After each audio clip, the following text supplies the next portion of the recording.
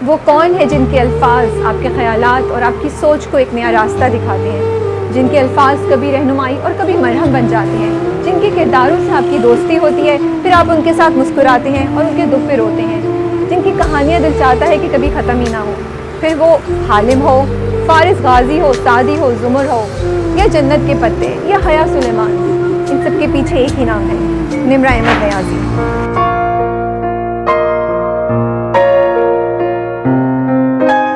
अस्सलाम वालेकुम। वो वीडियो जिसका आपको और मुझे भी बहुत इंतज़ार था वो इस वक्त रिकॉर्ड हो रही है, जो कि है निम्रा अहमद का इंटरव्यू।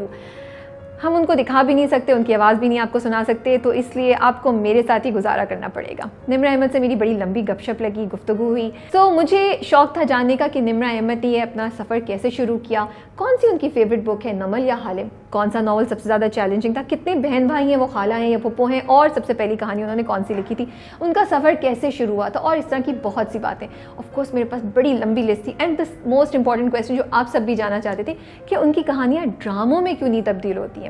तो आज इस वीडियो में मैं कुछ सवालात का आपको जवाब दूंगी। मेरी स्ट्रगल ये है कि मैं इसको इंटरेस्टिंग बनाऊं और आप लोगों को बोर ना होने दूं। तो देखते हैं कि मैं कितना कामयाब होती हूँ इस चीज़ में या नहीं।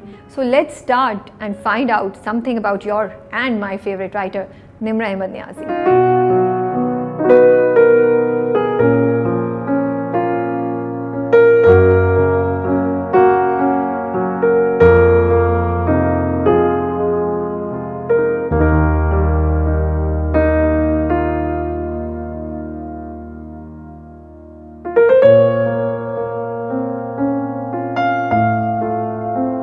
तो कहाँ से शुरू की जाए निम्रा की कहानी। जब निम्रा अहमद छोटी होती थी ना, उनको बहुत शौक़ था जोक्स सुनाने का। वो जोक्स जमा करती थी, अपनी फैमिली में सुनाती थी, सबको जमा कर करके, और जैसी पंच लाइन आती थी ना, जब सब लोग खिलखिला के हंसते थे या सरप्राइज़ होते थे, वो उनका फेवरेट पार्ट होता था। उन्होंने कहा कि मेरा दिल चाहता था कि मैं अपनी किताबों में, अपनी राइटिंग में भी मुझे यही चीज़ नज़र आए, मैं अपने ऑडियंस को ऐसी सरप्राइज़ करूँ। तो 9 साल की उम्र में उन्होंने पहली कहानी लिखी, जिसमें एक शहज़ादी थी, एक मलका थी, और एक मुल्क होता है, और उसमें एक बीमारी फैल जाती है और सब मर जाते हैं। तो उनके भाई ने उनका बड़ा मजाक उड़ाया था कि तुमने किस किस्म की कहानी लिखी है। निम्रा बहुत सी पोइम्स पढ़ती थी और बुक्स भी बहुत पढ़ती थी। फिर उन्होंने 3 इंग्लिश के नॉवेल्स लिखे, लेकिन तीनों को हाफ वे छोड़ दिया, आधा आधा लिख के छोड़ दिया, क्योंकि वो बोर हो जाती थी। उसके बाद हुआ ये कि उनकी ताई की एक मेड होती थी जो कि उर्दू नॉवेल्स पढ़ती थी, डाइजेस्ट पढ़ती थी। तो उससे ये इंट्रोड्यूस हुई डाइजेस्ट की तरफ, और फिर वो बड़ा इनको तंग करती थी, आराम से इनको नॉवल नहीं देती थी, डाइजेस्ट नहीं देती थी। तो ये उसकी मिन्नत कर करके उससे उन्होंने निम्रा ने, उनकी कज़न्स ने डाइजेस्ट उनसे लेना शुरू किए। उर्दू डाइजेस्ट जब पढ़ना शुरू किया तो निम्रा को लगा कि ये तो एक और ही दुनिया है, इस दुनिया का तो मुझे पहले पता ही नहीं था। और जैसे जैसे वो पढ़ती गई तो निम्रा के दिमाग में क्या ख्याल आया, what do you think, Nimra ने सोचा ये तो मैं भी लिख सकती हूँ। और फिर उन्होंने फ़रत इश्तियाक का एक नावल में एक स्टोरी चल रही थी, दिल से निकले हैं जो लफ्ज़, वो उन्होंने पढ़ना शुरू किया। And by the way Farhat Ishtiaq is one of our favourite writers. और वो जो कहानी है वो एक नावल राइटर, एक डाइजेस्ट राइटर के बारे में ही है। तो जब उन्होंने वो पढ़ा तो उनके दिल में ख्याल आया कि ये तो मैं भी कर सकती हूँ और मुझे लिखना चाहिए। और उसके बाद उन्होंने अपनी पहली कहानी लिखी। जब उन्होंने अपनी पहली कहानी लिखी तो उन्होंने उर्दू डाइजेस्ट को कॉल किया। अच्छा, डाइजेस्ट वालों का ये रिक्वायरमेंट होती थी उस ज़माने में कि आप सफ़े के एक साइड पे लिखें और हर लाइन, 2 लाइन्स के दरमियान एक लाइन छोड़ें, ठीक है, ताकि वो खुला खुला साफ साफ नज़र आए। निम्रा ने जब लिखना शुरू किया तो निम्रा ने इन दोनों इंस्ट्रक्शंस में से कोई भी फॉलो नहीं किया, और बिल्कुल जो लाइन थी ना वो वन आफ्टर द अदर लिखी, क्योंकि उनको थोड़ा सा OCD है, उनको अजीब सा लग रहा था कि इतना खुला खुला, इतनी मैं जगह ज़ाया करी हूँ। तो उन्होंने कॉल किया और उन्होंने बोला कि भाई मैंने कहानी लिख ली है और मसला ये है कि मैंने जगह नहीं छोड़ी है लाइन्स में। तो जिन्होंने फ़ोन उठाया, जो कोई यंग सी एडिटर थी, उन्होंने कहा कि वो तो सही है लेकिन आप आवाज़ से बहुत यंग लग रही हैं, आपकी क्या एज है। उस वक्त निम्रा आई थिंक FSC में होती थी, सेकेंड ईयर में। तो जिन्होंने फ़ोन उठाया था एडिटर ने, उन्होंने कहा कि बेटा आप अभी छोटी हैं, थोड़ा आप मैच्योर हो जाएं, आप बानो कुदसिया को पढ़ें, आप दूसरे राइटर्स को पढ़ें, ताकि आपको थोड़ा एक्सपीरियंस आ जाए, उसके बाद आप लिखिएगा। लेकिन निम्रा ने इन सब बातों को नहीं सुना। निम्रा ने पूछा वो तो सही है, बट फिर मुझे ये बताएं कि मैंने जगह नहीं छोड़ी है, तो आप मेरी कहानी एक्सेप्ट कर लेंगी या नहीं कर लेंगी। तो उन्होंने फिर समझाया कि बेटा अभी थोड़ा टाइम लो। खैर फ़ोन बंद करके निम्रा ने सोचा कि मैं तो अभी 16 साल की हूँ, ग्रेजुएट होने में तो मुझे अभी कुछ साल और लगेंगे, इतना तो मैं वेट नहीं कर रही हूँ बस जी। और प्लस उन्होंने मना कर दिया था तो अब तो निम्रा को लिखना ही नहीं लिखना था। निम्रा ने 6 महीने लगाए और अपनी कहानी लिखी और उर्दू डाइजेस्ट वालों को भेज दी। और फिर निम्रा को ये इंतज़ार था कि कहानी कब पब्लिश होगी। कॉन्फिडेंट देखें जी, कॉन्फिडेंस देखें, कॉन्फिडेंट नहीं कॉन्फिडेंस देखें जी माशाल्लाह से। 3 दिन के बाद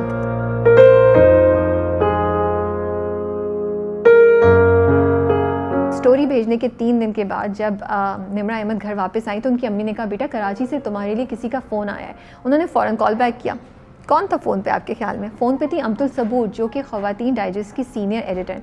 आई होप मैं ख़वातीन सही बोल रही हूँ। अम्तुल ने उनसे फ़ोन में बात की, उनसे कहा कि मुझे आपकी कहानी बहुत अच्छी लगी और मैं इसको ज़रूर पब्लिश करूँगी।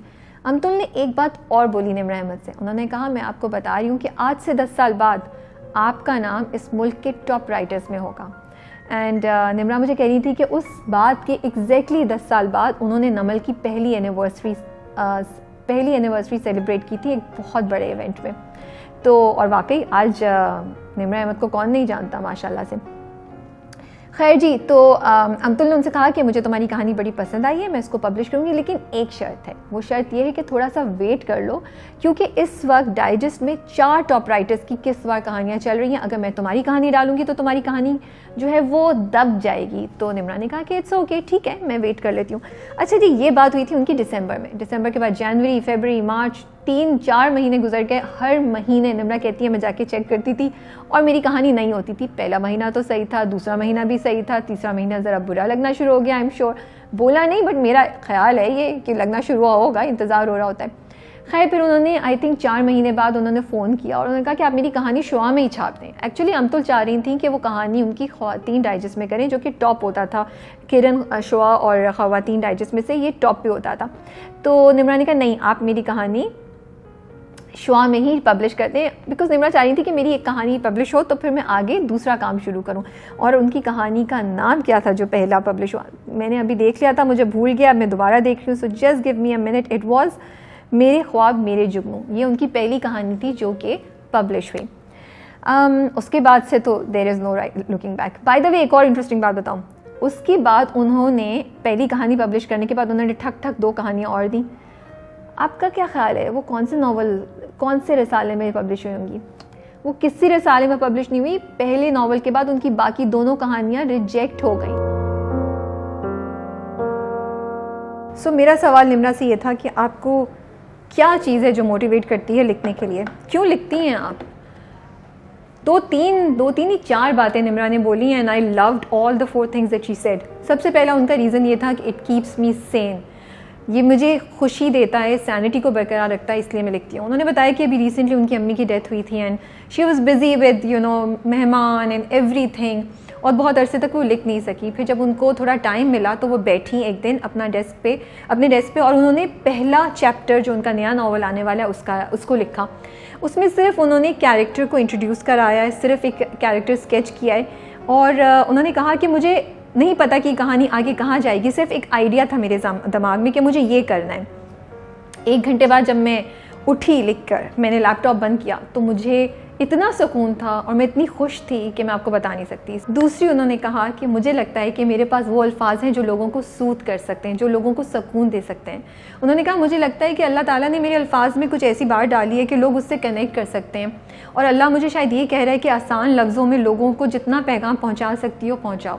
बड़ी उन्होंने इंटरेस्टिंग बात बोली। उन्होंने कहा कि कराकोरम का ताजमहल जब उन्होंने लिखा तो उन्होंने 6 महीने या उससे भी ज़्यादा लगा के बहुत रिसर्च की, काफ़ी मेहनत की, उस पर बहुत सोचा, लिखा, और वो नावल था जिसने उनको नाम दिया। वो नावल बहुत अच्छा गया।